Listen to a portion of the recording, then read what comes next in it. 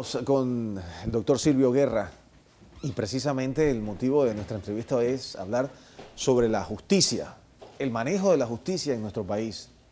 Se habla de justicia selectiva, doctor. Bienvenido, buenos días. Sí, buenos días, don Iván, y buenos días a los amables televidentes y radioescuchas. Yo he venido diciendo que este tema de la justicia selectiva, desde el punto de vista de nuestro idioma, que es el idioma de Cervantes, el español, parece ser un poco contradictorio, porque la justicia o es justicia o es justicia, y lo contrario a la justicia es la injusticia. Entonces yo creo que cuando en alguna medida se habla de la justicia selectiva, estamos hablando de injusticia. Estamos hablando obviamente de una injusticia. Claro. La justicia que tiende a seleccionar qué investiga, a quién condena, a quién no condena, a quién toca, a quién no toca. Entonces este es un problema obviamente que debe preocupar a todos los panameños, y te puedo expresar que yo siempre también he manifestado que me ha tocado ver a hombres de todos los partidos políticos llegar a mi despacho durante estos 30 y tantos años que llevo de ejercer el derecho penal, y los que están en el poder tienden a adoptar un comportamiento no cónsono con el discurso o con los planteamientos o las ideas que expresaban cuando no estaban en el poder. Entonces, esto es como una especie de... Pero esto se repite constantemente. Así es como un movimiento pendular, un corsi et recorsi, como diría Vico en Italia. Y esto es muy peligroso, sobre todo cuando tú tienes a una comunidad, tienes a una sociedad que a veces pareciera dar muestras de ser silenciosa, pero que silenciosa no tiene absolutamente nada. Sabe protestar oportunamente, sabe salir a las calles oportunamente, sabe ser crítica y analítica de las cosas que se dan. Ahora, ¿usted cree que con el pasar del tiempo, sobre todo desde que arrancó esta administración me refiero, son más y más los panameños que adoptan ese pensamiento de que sí existe esta injusticia o esta justicia selectiva aquí en Panamá? Porque al principio era como un tabú, no todo el mundo quería hablar de esto y se mantenían, como quien dice, al margen de la situación. Usted ha dicho una cuestión muy importante. Al principio, cuando se hablaba de la justicia selectiva, se miraba o se escuchaba con cierto recelo si realmente eso era así. Sin embargo, fueron transcurriendo los meses, el tiempo que lleva el actual gobierno, 2 años y meses de estar ocupando la silla presidencial, el señor presidente Juan Carlos Varela, y se ha ido acentuando y ha ido calando en la opinión pública que solamente se investigan ciertos casos y otros que en alguna u otra medida estén relacionados o directamente vinculados personeros del gobierno. Eso no se investiga, eso no se procesa, no hay interés mínimo en adelantar una investigación. ¿Y esto qué consecuencias podría traer esto? Esto trae una consecuencia nefasta, dañina, para lo que los sociólogos llaman la cohesión de la sociedad. Una sociedad descoordinada, una sociedad que se ve golpeada o resentida por sus operarios de justicia, por sus operadores del sistema político, es una sociedad que en cualquier momento puede decir basta. Y cuando los pueblos lanzan ese grito de basta, ahí no hay dique político ni de ninguna naturaleza que pueda contener a un pueblo que simplemente se cansó de las mentiras, se cansó de la incertidumbre, se cansó de la justicia selectiva. ¿Cómo usted entiende? Para darle un ejemplo, demuestra un botón, que pasamos el 2 de septiembre del año pasado el sistema acusatorio y hemos dejado en rezago miles y miles de expedientes que ahora con el argumento de un proyecto de ley 245 se nos quiere vender la idea de que eso es bueno para descongestionar el sistema. Y no es bueno. Mire, yo le voy a decir algo. El tema de las bondades de un proyecto de ley, el tema de la nobleza, entre comillas, de un proyecto de ley, no se analiza si es bueno o es malo, sino en qué momento usted lo saca o lo genera los aspavientos de ese proyecto. ¿Por qué si existía desde el 2015 el proyecto o la propuesta de ley, Ahora, con el escándalo de esta empresa transnacional con grandes negocios y contratos en Panamá y otros países de América, resulta que se desempolva y se trae entonces a la mesa diciendo no, que los acuerdos de pena. Entonces, esa argumentación, ese engaño, el pueblo panameño, los que nos atrevemos a pensar un poquito, señor periodista, sabemos que simplemente es la manera ahora de introducirlo diciendo que conviene a esos miles de expedientes, pero que en el fondo usted sabe, es para abrigar, arropar, darle cobijo a quienes están en este gran escándalo O sea de que Odebrecht. usted concuerda con la diputada Zulay Rodríguez que dice que esto es una camisa hecha a la medida para Odebrecht. Yo soy un procesalista, yo soy penalista y ya yo planteé mi análisis en esa dirección porque no le encuentro realmente la verdadera nobleza al proyecto cuando lo que veo es que se van a beneficiar precisamente los que están metidos en los grandes escándalos de Odebrecht y estas cosas hay que decírselas al pueblo panameño. El pueblo tiene que saber lo que está Ahora, se aconteciendo. habla que con este 245 se busca también excluir a algunas personas que podrían estar seriamente involucradas en este tema de las coimas y los sobornos. Yo diría que no es que se habla, es el sentir generalizado de la sociedad panameña. ¿Por qué? Repito, ¿por qué? Que respondan a esta interrogante. ¿Por qué el debate de reformas electorales que a inicio de año y a final del año pasado era lo que se vendía como lo primero a tratar, lo primordial, ¿no?, en una Asamblea Nacional de Diputados, eso se relega y de pronto nos dicen, no, es que el 245 es el dulce canto de sirena que hay que darle a los panameños y que esto es bueno para todos los que están privados de su libertad o los que están en curso de un proceso penal, de tal manera que hagan acuerdos de pena. Mire, para mí, estos acuerdos de pena que ahora se le quieren ofrecer al pueblo panameño, en alguna medida representan una dosis hasta de inmoralidad procesal. Y le voy a decir por qué razón. Cuando todas las personas que están en curso de un proceso penal bajo el antiguo sistema inquisitivo entraron a estos procesos, fueron llamados a indagatoria, lo hicieron bajo el paraguas de un proceso ya legislado. Que la ley penal es favorable al reo. ¿Favorable en qué medida? Para que venga un fiscal a decirle a usted o a decirle a un ciudadano, si te condena te van a echar 12, 14 años, entonces ¿por qué mejor no arreglas con nosotros? Te vamos a negociar 5 años y aquí todo acaba.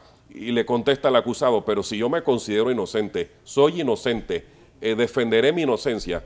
No, entonces ve por tu inocencia, pero te garantizo que como fiscal voy a acusar y pediré 15, 20 años de prisión, dependiendo de cuál sea el delito. Entonces usted tiene una realidad en estos temas, a como se está dando hoy en el sistema acusatorio. Usted acepta un arreglo de pena siendo inocente para no purgar 12 o 14 y más en los estadios de una justicia penal que transita por la incertidumbre y vericuetos que dan mucho que hablar. O sea, pero en función de alguien que sí sea culpable y que sí se le haya comprobado su culpabilidad en un caso, ¿no es conveniente entonces? Bueno, es que la culpabilidad cuando se prueba es cuando es ante un tribunal de juicio o ante un juez y hay una sentencia de condena. O que existan, vamos, lo pongamos de otra manera, que existan las pruebas contundentes en este caso, de que efectivamente sí podría resultar. Queda opción, obviamente, del acusado de decir acepto. Porque hay algunos que no sí acepto. están de acuerdo, y valga la redundancia, con los acuerdos que beneficiarían de alguna manera al funcionamiento de la justicia y a que el país siga avanzando y progresando. Mire, yo he dicho, y también lo voy a repetir aquí, los acuerdos de pena son viables siempre y cuando, uno, el fiscal no lo use para intimidar al acusado. Dos, que se le prohíba determinantemente a un fiscal sugerirle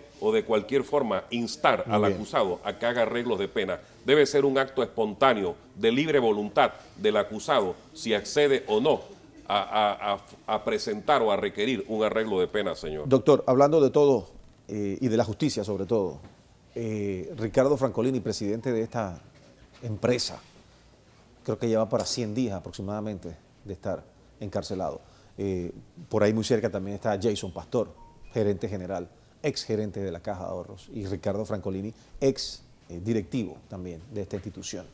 Este caso usted le ha dado seguimiento, usted ha estado muy pendiente de cómo ha ido evolucionando. ¿Cuál es su opinión? ¿Por qué permanecen todavía estos dos sujetos, estas dos personas detenidas? Mire, yo tengo por costumbre leer todos los días, a tempranas horas de la madrugada, los diarios nacionales. Obviamente que eso me permite darle seguimiento no solamente al caso del señor Ricardo Francolini, sino a cualquier otro tema que sea de mi interés como abogado, como profesional del derecho.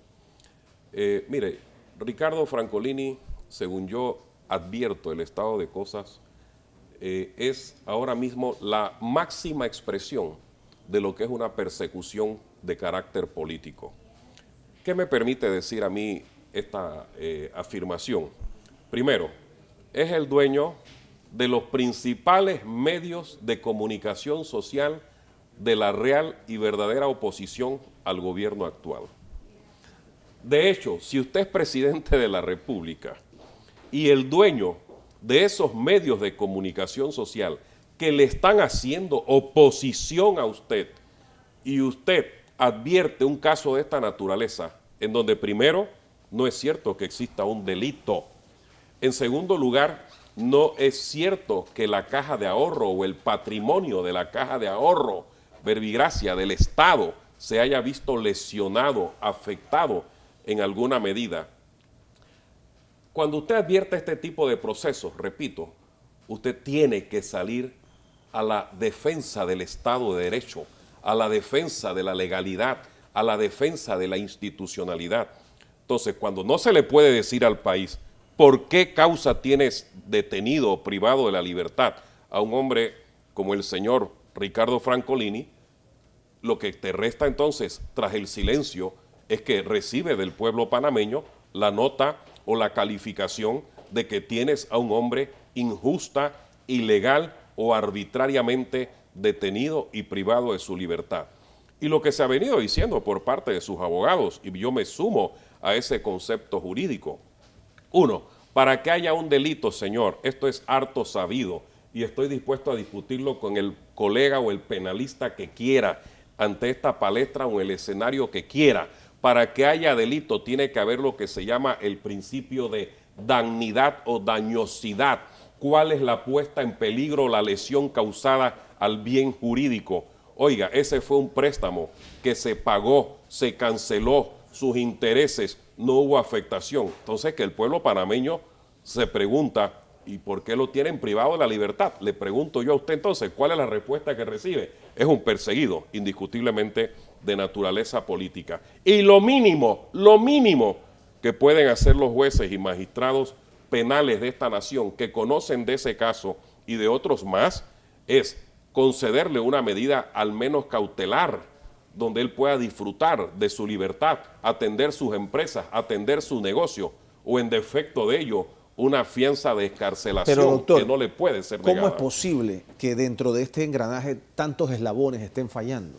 Porque aquí pareciera que se equivocó el fiscal de Mire, la causa. yo le voy a contestar. Y lo otro que le iba a decir, usted acaba de dar en el clavo, una fianza, que cómo es posible que no se le otorgue. Fue denegada, de hecho, recientemente. Entonces aquí pareciera que también el juez encargado de este caso, o de fallar sobre la fianza solicitada, pues no la aceptó. Sin ínfulas de ser profeta, yo vislumbro que en los próximos días es probable que sus abogados vuelvan a replantear o una solicitud de medida cautelar o un pedido de fianza. Y le voy a explicar por qué. Usted se enteró la semana pasada que el Banco Nacional de Panamá aprobó, ¿verdad?, empréstitos, avaló empréstitos con la transnacional Odebrecht. Correcto. Involucrada en cuanto fraude económico y actos de corrupción respecto no solamente al Estado panameño, ¿En el mundo? Sino en el mundo entero. Y en donde en otros países ya se han hecho investigaciones avanzadas e inclusive privaciones de la libertad de los corruptos. Y aquí una en Panamá no ha pasado nada. Una culpa de la empresa. Y contra el Banco Nacional, contra ninguno del Banco Nacional, de los que tuvieron que ver con este aval, ha pasado absolutamente nada. Entonces, lo que nosotros estamos observando no es que corran cabezas. Yo no soy de los que dicen cortemos cabezas. Yo soy de los que dicen justicia igual para todos, debido proceso. Creo en el debido proceso. Creo en el estado de inocencia de los ciudadanos. Creo en el derecho a la defensa. creo en estos pilares que son los que sostienen una verdadera democracia y un Estado de Derecho en cualquier parte del mundo. Pareciera que para la única que hay debido proceso en este momento es precisamente para Odebrecht, porque para el resto de los casos y de los imputados... Repito, ¿no ha sido así? Los jueces, los magistrados que conocen del caso de Ricardo Francolini deben hacer un alto y reflexionar. No hay delito. Al no haber delito, ¿cómo se justifica que este hombre esté privado de su libertad? ¿Cómo se justifica la detención preventiva? ¿Cómo se justifica? Díganmelo a mí porque yo no logro entenderlo. Repito, con más de 30 años de estar ejerciendo el derecho penal. Y yo hablo no solamente en ocasión de Ricardo Francolini. Mire, aquí ahora mismo hay un problema también en la justicia panameña. Los abogados se acercan a los tribunales a preguntar por sus casos que atienden en nombre de sus defendidos y la respuesta es está pendiente. ¿Cómo usted entiende que se le diga que un caso está por la firma de un juez o hacer una firma demorará tanto tiempo? ¿Cómo es posible que para resolver un simple incidente de nulidad corran meses para que se le dé una respuesta al abogado? ¿Cómo se arregla todo eso, doctor? Yo no sé, pero el presidente Varela en épocas de campaña habló mucho sobre el adesentamiento y mejorar la administración de justicia. Yo atisbo, yo advierto que en el segundo Tribunal Superior de Justicia es de donde se han venido produciendo excelentes decisiones, excelentes fallos, pero en este caso de Francolini creo que se está fallando con la administración de justicia penal, señor periodista. ¿Usted ve al final del túnel una luz en este caso de Francolini? Porque ya hubo llamamiento a juicio para el mes de marzo, si no me Claro equivoco. que la veo. Yo creo que los jueces no pueden someterse al escarnio público, a la encuesta social de la opinión popular, haciendo juicios sin causas, haciendo procesos penales sin motivos de estricto derecho penal. Yo creo que usted no puede aplicar como sanción a un hombre el sometimiento al escarnio público a sabiendas de que no hay delito y quedarse con la conciencia satisfecha de decir al menos lo guardé un par de meses o al menos lo sometí al escarnio público social. Esto es imperdonable. Para finalizar, más allá de la crítica y de la sanción pública, ¿existe o moral, existe otro tipo de sanción para la justicia mal aplicada? Mire, los que han escrito sobre este tema, hago citación de Jürgen Habermas, el célebre filósofo del derecho. Habermas habla del derecho al disenso social.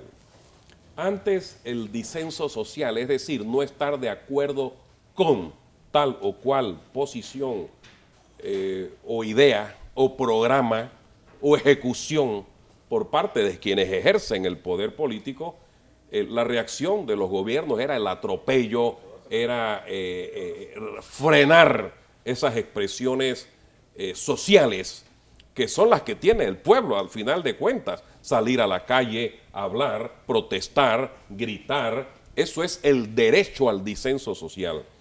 Bien, los gobiernos deben medirse sus conductas, sus acciones o comportamientos frente a ese disenso social. El gobierno debe percatarse, debe tomar conciencia que ahora mismo hay un disenso social en creciente frente, uno, al tema de la administración de justicia. No nos logran vender el cliché de que se está arreglando el país sobre la base de que se está atacando la corrupción.